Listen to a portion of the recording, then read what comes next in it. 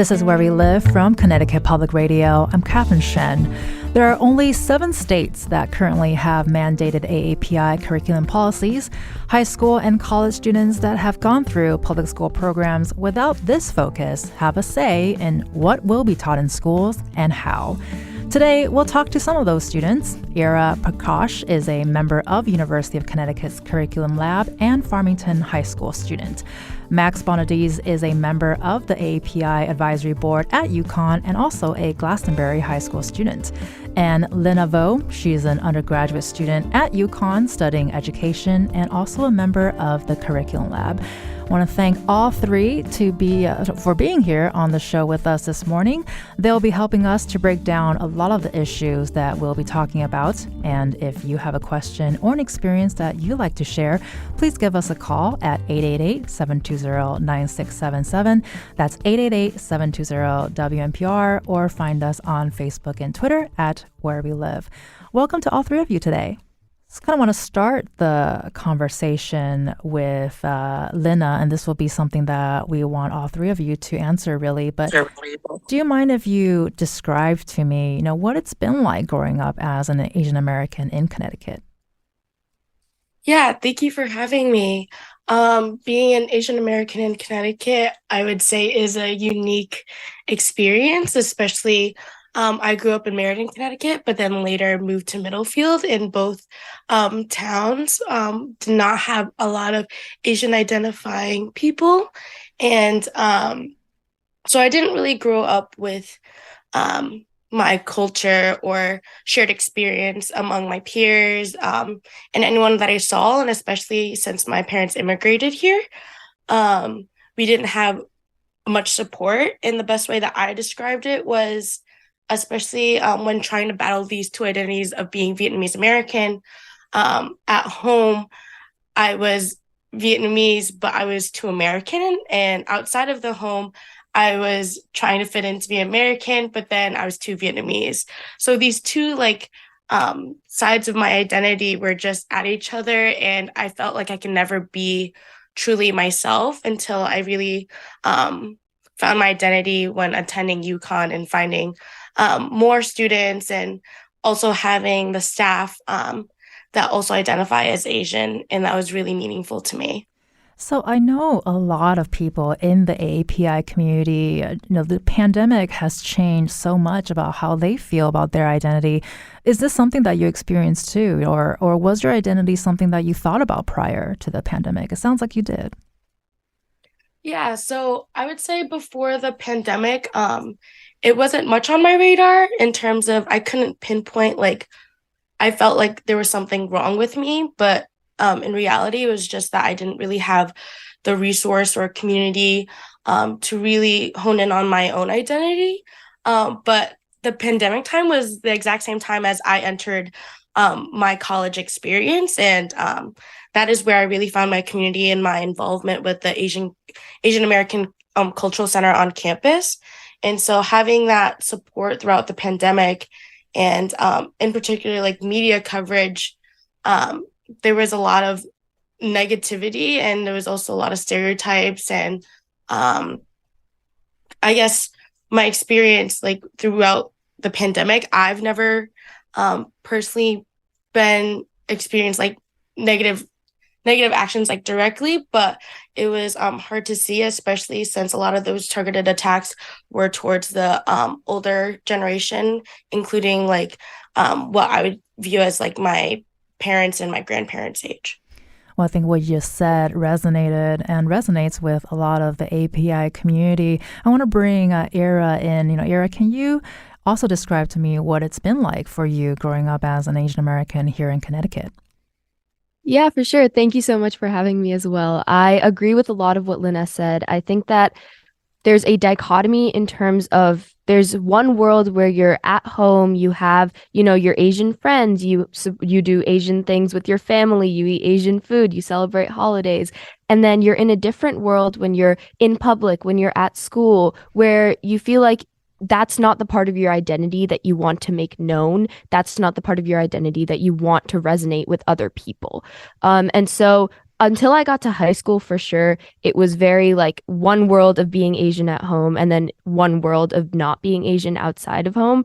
But then once I got to high school, I'm really lucky to have a community here, and Farmington High School has a really good social justice community, and I was able to sort of find my identity and work through it like that. And it sounds like both of you have thought about this a lot before the pandemic. When I mentioned earlier, I think the pandemic is really a time where a lot of people sort of rethought or reflected, or it's even a brand new conversation, really. So I want to ask you, what was your COVID experience like, Eira? Yeah, I was in middle school when COVID happened, and I think middle school is notorious for being a place where everyone just wants to fit in, right? So I would often do things that I'm not proud of now that sort of catered towards what I thought would make me fit in, what I thought would make people like me more. And then when the pandemic stopped and I was just at home, I had the ability to sort of reconnect with what I love about being Indian, what I love about my culture as well. So, I realized that I was sort of pushing myself away from my culture to fit in. And especially when the Black Lives Matter movement happened and I really started to get interested in advocacy as a whole, I realized that something I want to do is really connect with my culture and make sure that other people don't have to feel the same way that I did. And Max, I want to bring you in for this too. Can you describe to me what it was like for you to grow up as an Asian American here in Connecticut? Yeah, of course. Thank you for having me.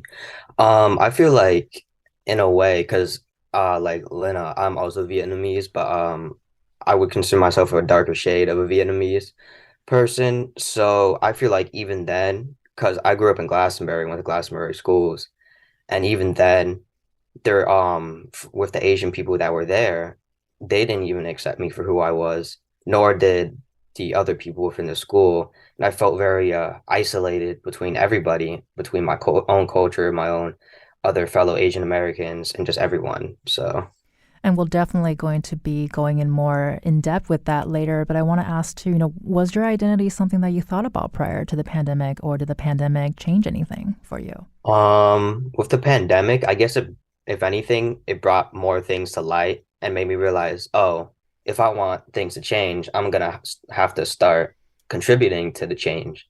So, but other than that, I didn't really get any of the hate most Asian American um had when the pandemic started because I guess people were just confused of my own identity, so they couldn't really pin the hate on me.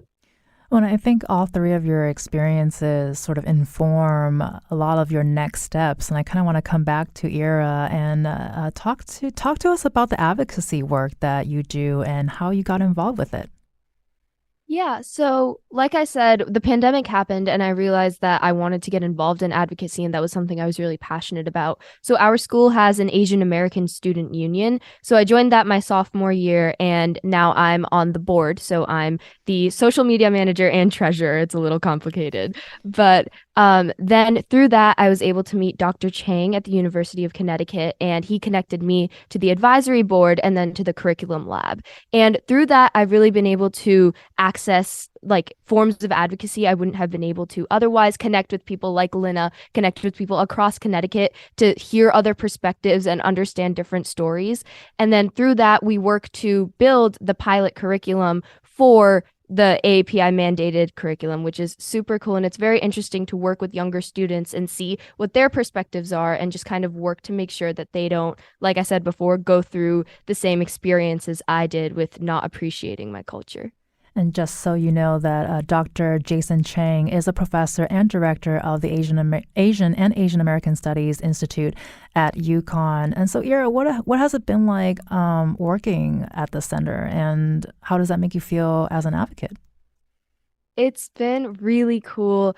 Just seeing everything that it has to offer, seeing how like the understanding the core of like how a curriculum is built. How do you connect the concepts of identity to a 5-year-old versus like a 10-year-old versus a 16-year-old? And what does that look like in different facets? What parts do we want to analyze the most? And even if a student isn't Asian American, how do we want them to still connect with the message that we're trying to send?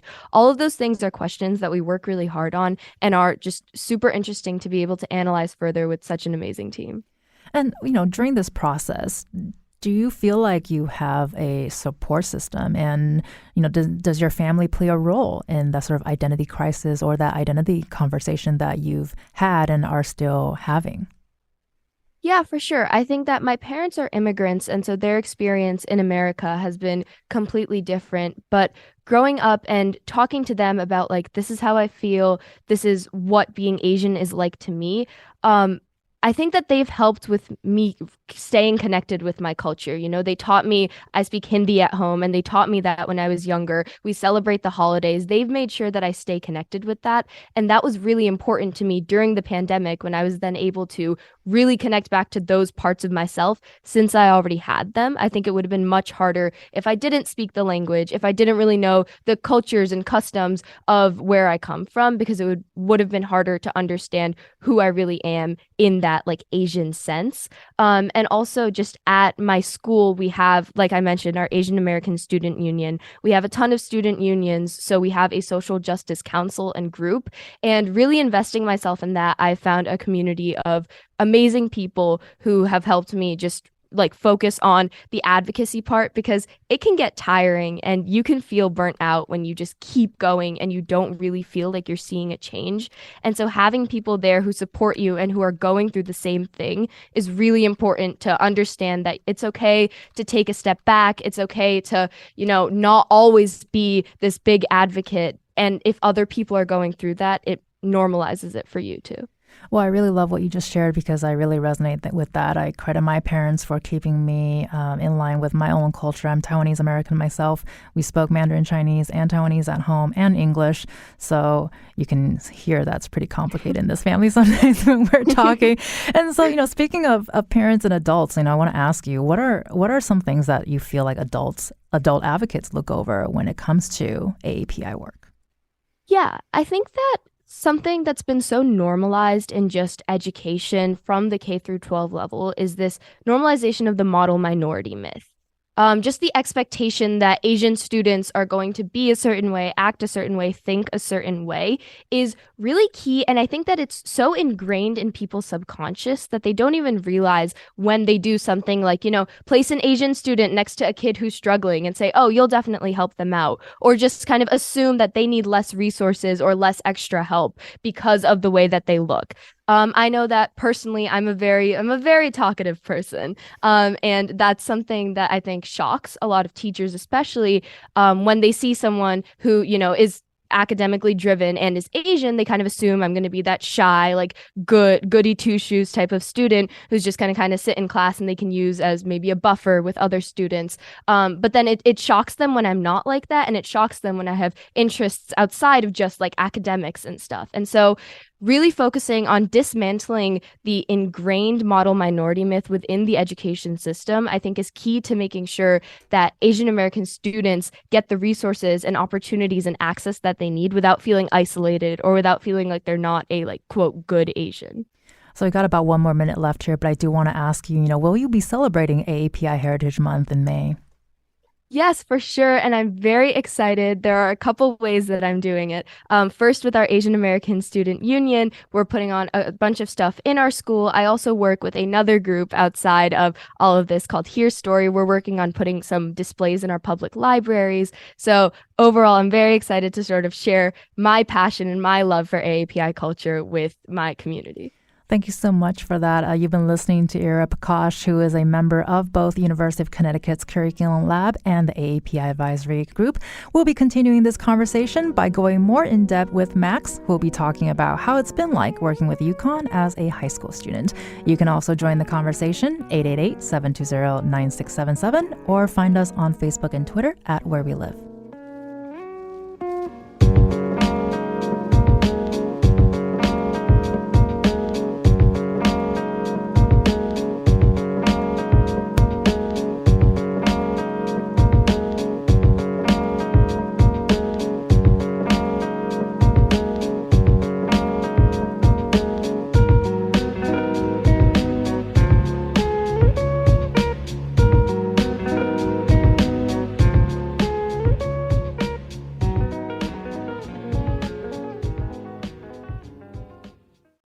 This is Where We Live from Connecticut Public Radio. I'm Catherine Shen.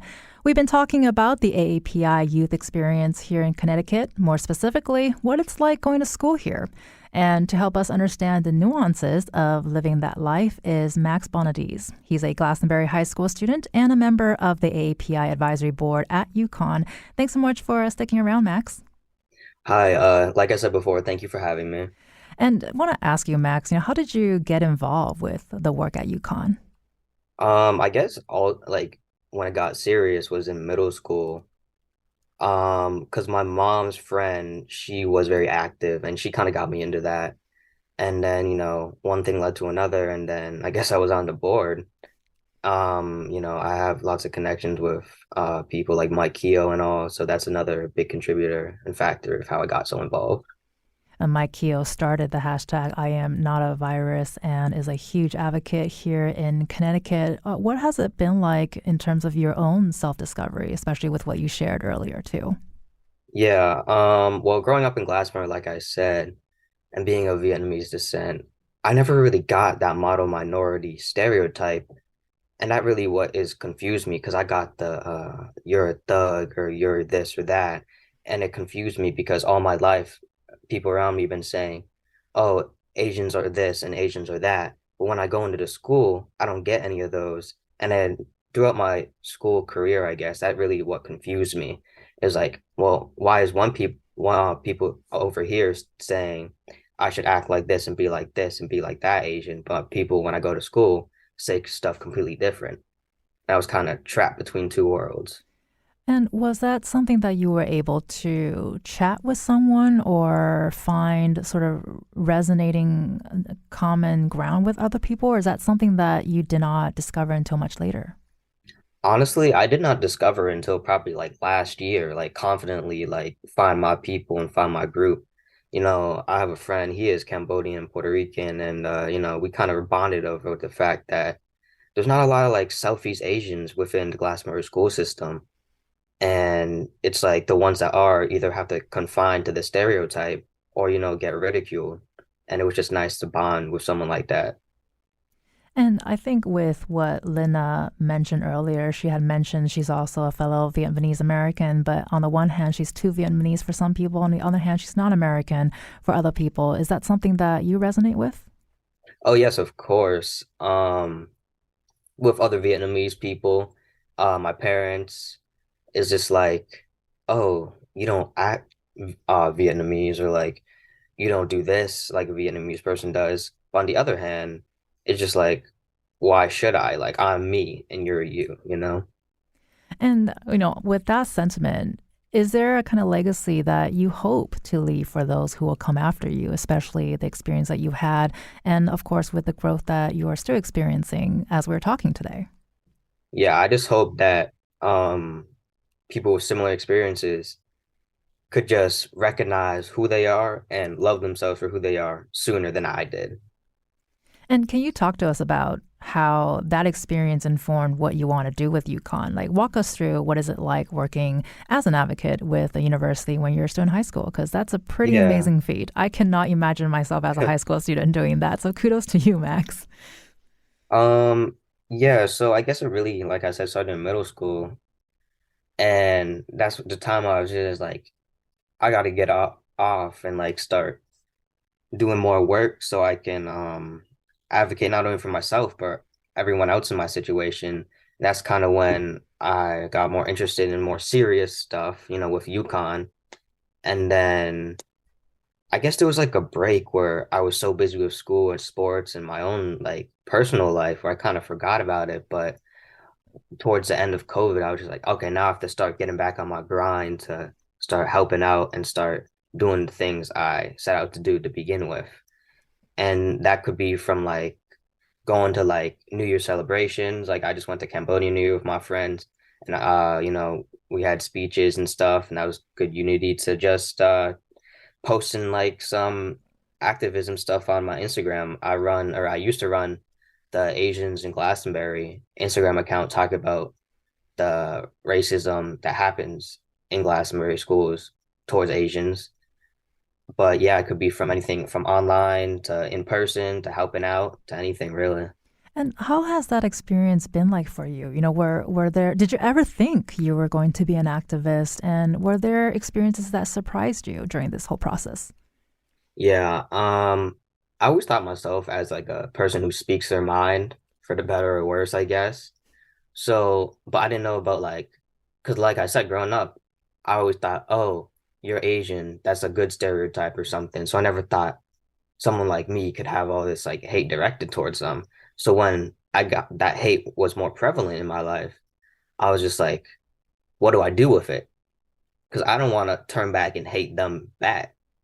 So what I did is, I guess, like you said, is just get more involved with helping and educating. And do you think advocacy work is something that's shaping your future plans? Is that something that you want to continue to explore beyond high school, going into college, and maybe even beyond? Yeah, that's something I was thinking about recently actually. Um I wouldn't say I would want it to be my whole life because like I said, I would love to have my own personal life, my own personal goals. Not saying this isn't my personal goal, but I would always like to keep advocating in my life and keep helping people in my life. So yeah, I want to do this, throughout high school, throughout college, and even throughout after college. And if I could just jump in here real quick, Sure, Kat, go for it. I think what Max is saying about making sure that it's not like taking up your whole life is super important because then that sort of leads to the burnout, right? That leads to you not wanting to continue it. And so I think it's really important what he's saying about making sure that you have your own separate life and goals beyond just this advocacy and keeping it as a part that is passionate and that's important to you, but having that healthy balance. Well, I love that you added that, Eira. Thank you so much for that because I wanted to ask too. I feel when we talk about advocacy, I think oftentimes we think about pain and resistance immediately because there's a reason why you're advocating. But what about joy? I want to ask both of you. Let's start with Max first. Does it bring you joy and happiness or whatnots when you are having these conversations and realizing that you are talking with people who may feel the same way as you do? Yeah, it brings me like a sense of pride too, because like not only that you get to talk about your ideas and opinions with other people who might have the same ideas and opinions, but even when you're not talking to those people, maybe they have different opinions, you can walk away knowing you left something with them to think about. And that's really what the whole goal of what I do is just to people with the different opinions is I don't want to force my opinions on anyone, but I want just to leave them with something to think about. So, And Eira, what do you think about that? Eira, are you with us? Sorry. Oh, no worries. Yes, Go sorry. for it. I completely agree. I think when you're doing something like giving a presentation and you see people listening to you, nodding, understanding, that's where it comes from. That's where the something that I'm doing is having an impact. That feeling comes from, and that is the reward for doing this type of advocacy work. And that's what kind of keeps you going through the pain and the hard parts of it. Well, I love that you mentioned a nodding because I want to just let everyone know that I've been nodding my head off. So I think after this, I'm going to need to get a neck massage because I'm resonating with so many things that all of you are sharing. So thank you so much for that. And I do want to ask Max too. We're talking about advocacy, and we just went through how it does bring you pride and joy. So, what do you dream about? Is it hard to dream and think about the future when you are so ingrained with this complexity of emotions all the time? yeah, first, I was just like, I feel like my goals and my dreams were um, influenced by what others had to say, especially like regarding my race and my color. But as I got older and as I got more vocal and confident about this type of stuff, I've gotten to learn like it doesn't matter what other people think because as long as you want to do what you want to do while you're making a change, because I don't want to be selfish and say I only want my goal, this is all about me. I want to, in the process, by reaching my goals, I want to also help others on the way. We've been talking to Glastonbury High School student Max Bonadies about his experience growing up as an Asian American here in Connecticut and also his current advocacy work. Thank you, Max, for sharing that with us, and he will still be staying with us as well. Coming up next, we'll be speaking with Lynna. She's an undergraduate student at UCONN studying education and also a member of its curriculum lab. She'll be sharing what the lab's been up to and her thoughts on how the AAPI curriculum is being created. Feel free to join the conversation, 888-720-9677, or find us on Facebook and Twitter at Where We Live.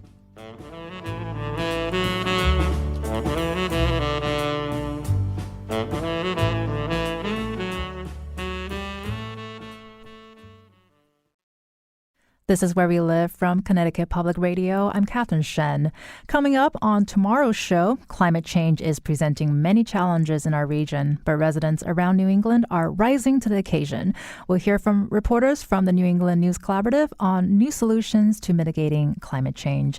And now returning to our conversation about the AAPI youth experience here in Connecticut, I have Lynna. She's an undergraduate student at UConn studying education, and she's also a member of the curriculum lab. Lynna, thanks so much for sticking with us today. Hi, Kat. Thank you for having us again. And so just want to start the conversation by asking, how did you get involved with the curriculum lab and what do you do?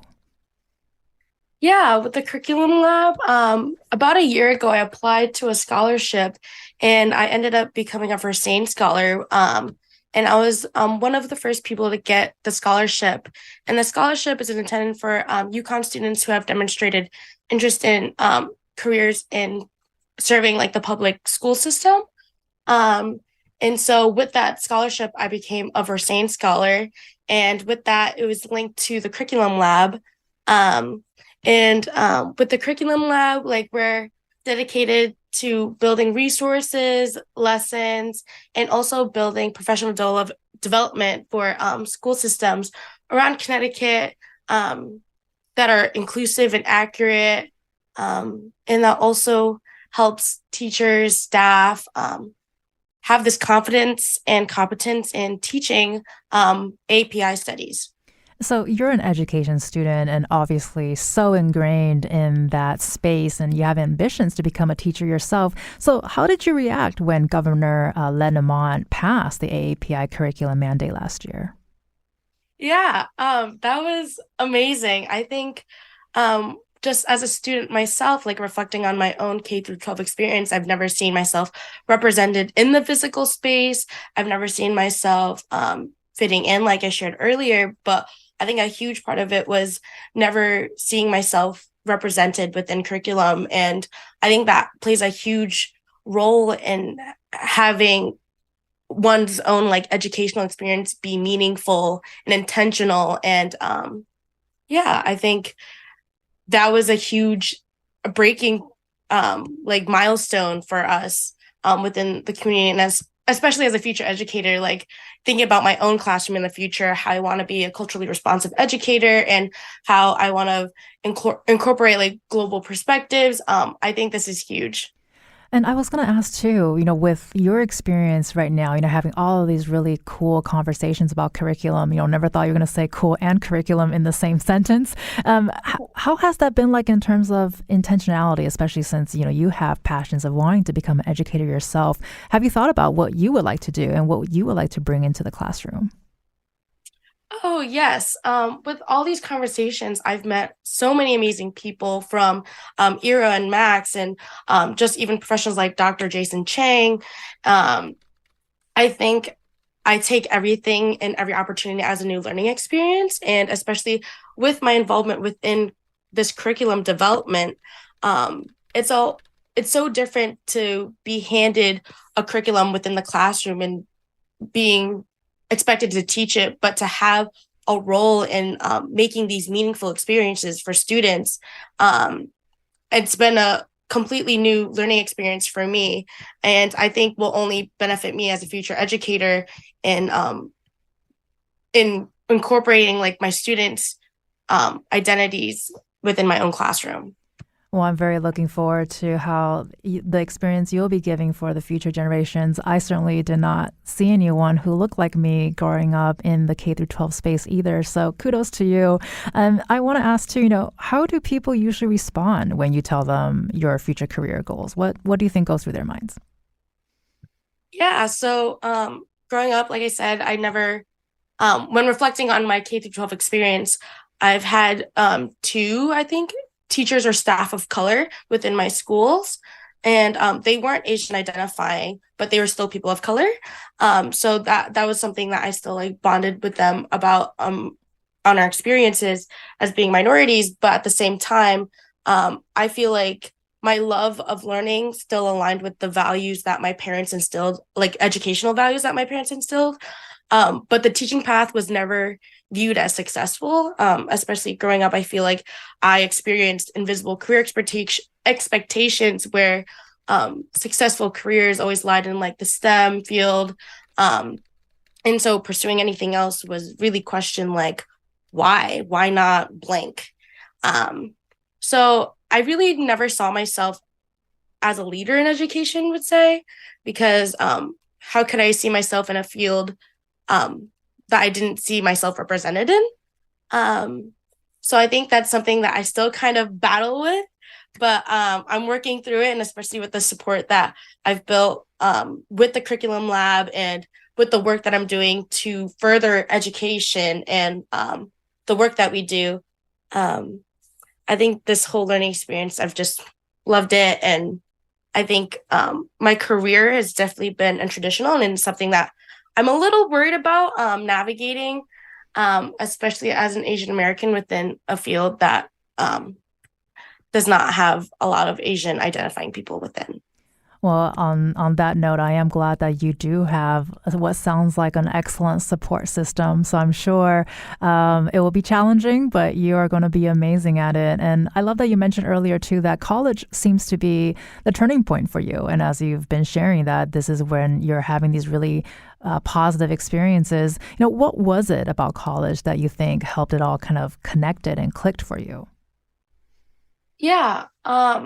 Like I said, like I grew up not seeing myself, but then when I um when I went to UCONN, I really got involved with the Asian American Cultural Center and all the orgs that they run through that. And in particular, I joined the Asian American mentoring program, in which I saw all Asian identifying students, and we all kind of had these discussions about our own identities, and we really it was relieving to be in a space where you felt like you didn't have to explain every detail of yourself, which I feel like I've up to that point I've had to do, whether that be at school or outside school, even at home. But sharing this Asian American identity with other students was really meaningful, and just like I said, like not having to explain yourself. Um, Well, and also because you are in such a different space now compared to, let's say, a couple of years ago when you haven't gone into college yet. I want to ask you too, Eira mentioned this earlier in terms of mental health. Based on a national survey, AAPIs have the lowest rate of getting mental health support of any racial group, with only 23.3% of AAPI adults with a mental illness receiving treatment in 2019. That's a very low number, and I know it's been a couple of years, so assuming the numbers probably have not changed or maybe even have risen. Do you feel like mental health resources for those in your community has been adequate? And if not, what do you think people can do? Yeah, I think in terms of mental health, there's a negative stigma, and especially within our Asian community, um, it's it's looked down upon to gain help, and I think a lot of people kind of take that and is like, if I need to reach out to someone and I can't figure it out on my own, then I'm a failure, and that's not true. We all need our community, our support. And in particular with mental health, I feel like I'm supported in a way since I do have access to the resources at UConn. But in addition to the mental health space, like I feel like I feel like also a lot of people, like I mentioned before, the invisible career expectations. I feel like a lot of Asian identified people don't enter that space as well. So it could be hard to kind of foster these natural connections and conversations when you feel like you have to explain yourself, especially if it's someone that's trying to help support you, but they don't actually realize like the experiences that you're going through. So I think something that can really help is kind of having more people of color within the space, and also encouraging us to take up the space and the resources that we have around us. And Eira, I would love to hear what you think about this because you did mention mental health and mental health support earlier. What are your thoughts in terms of the way AAPI have to navigate their cultural differences while not having the support to have those conversations? For sure. I think what Lynna said about having to explain yourself applies really well here because it's like when you feel a certain way, like when you think you might be anxious or when you think you might have like depression or something like that, you feel like you have to explain yourself and find a reason as to why that exists or why you're feeling this way. I'm sorry. And part of that comes, I think, from being first generation immigrants. Our parents come from backgrounds that stigmatize mental health immensely. And so they don't really understand why you're feeling this way, how you could be feeling this way. And so when you feel burnt out, when you feel like you're going through something, you have to explain why. And that can be difficult and that can take away from your ability to feel like you deserve help or that you should access help because it's like, oh, if I can explain it, if I know why I'm feeling this way, then I can just fix it. Then I don't need to actually access the steps that will make me better. And so that sort of puts a barrier in terms of accessing help and accessing that further step. And Max, you mentioned earlier too, when you were sharing your story that you tend to be the only, quote, Asian in the classroom. And so, us here talking about mental health support, how the staff is not as diverse and you have to explain yourself. Is this something that you resonate with or is it a part of your advocacy work that you would like to explore in the future? Yeah, I totally agree with what all y'all have been saying in the matter of that fact. And like you said, sometimes I would look around, it's just like I'm the only minority or I'm the only Asian. And in the mental standpoint, it's kind of makes you feel like, oh, you're supposed to be here. And that could be detrimental to your mental health. And with a couple minutes left, I want to give all three of you some space to talk about any final thoughts that you would like to share that we didn't get to this hour. I'm very aware that everything we talked about today, we can talk for days. I want to start with Lynna. Yeah, I just want to take up the space to also celebrate Eira, Max, and I, and being on this show. Like this is huge, and I'm so proud of us. And I'm so thankful to be working with both of you, and also having this opportunity to speak on our own experience. So thank you again. No, absolutely. And on that note, actually, because we spoke with Eira earlier talking about May being AAPI Heritage Month, are there events that either you or Max are excited to do? I'm going to start with Lynna. Yeah, so in particular, going back to the curriculum lab, we're actually partnering with Breakthrough Magnet School in Hartford, and we'll be developing curriculum for K through 8. Those are the grades that we'll be focusing on, and I'm so excited for that. In addition to the events that are going on at UCONN, there's so many cultural events. And actually this Wednesday, we actually have Stephen Lim coming to our campus, which is so exciting. So I'm just so excited to be celebrating and also bringing more awareness to AAPI Heritage Month. Well, Lynna, we want to say that we are so excited to hear your excitement, and it's our privilege that all three of you are so willing to be on the show today. And I wanted to extend the same question to Max. Is there anything exciting that you're looking forward to for AAPI Heritage Month in May? I said just the whole month in general because until recently, I didn't even know we had a month. So that's amazing. I love it. And Eira, we've got about a minute left, but anything you'd like to share with us? Same thing as Lynna. Thank you so much for this opportunity. I know that these are things that I keep thinking about, and I want to have a platform to share them. So thank you so much for giving us a space to talk about stuff that, impacts our everyday life that we really want people to hear and resonate with. Well, and I'm so glad that all three of you are so willing to share your stories and be vulnerable with us. I know that's very difficult. So hopefully you guys had a good experience. I certainly have. And just want to take another moment to thank all three of you. You've been listening to UCONN student Lynna Vo talking to us about her ambitions to become a teacher and to achieve comprehensive Asian American history education and representation in schools. You've also heard from Eira Parkash, who is a member of the University of Connecticut's Curriculum Lab and Advisory Board and Farmington High School, and Max Bonadies. He's also a member of the AAPI Advisory Board at UConn and a Glastonbury High School student. Thank you all again for joining us today to talk about identity. I'm Catherine Shen. Today's show was produced by Anya Grodowski. Our technical producer is Dylan Reyes. Download Where We Live anytime on your favorite podcast app, and thank you so much for listening.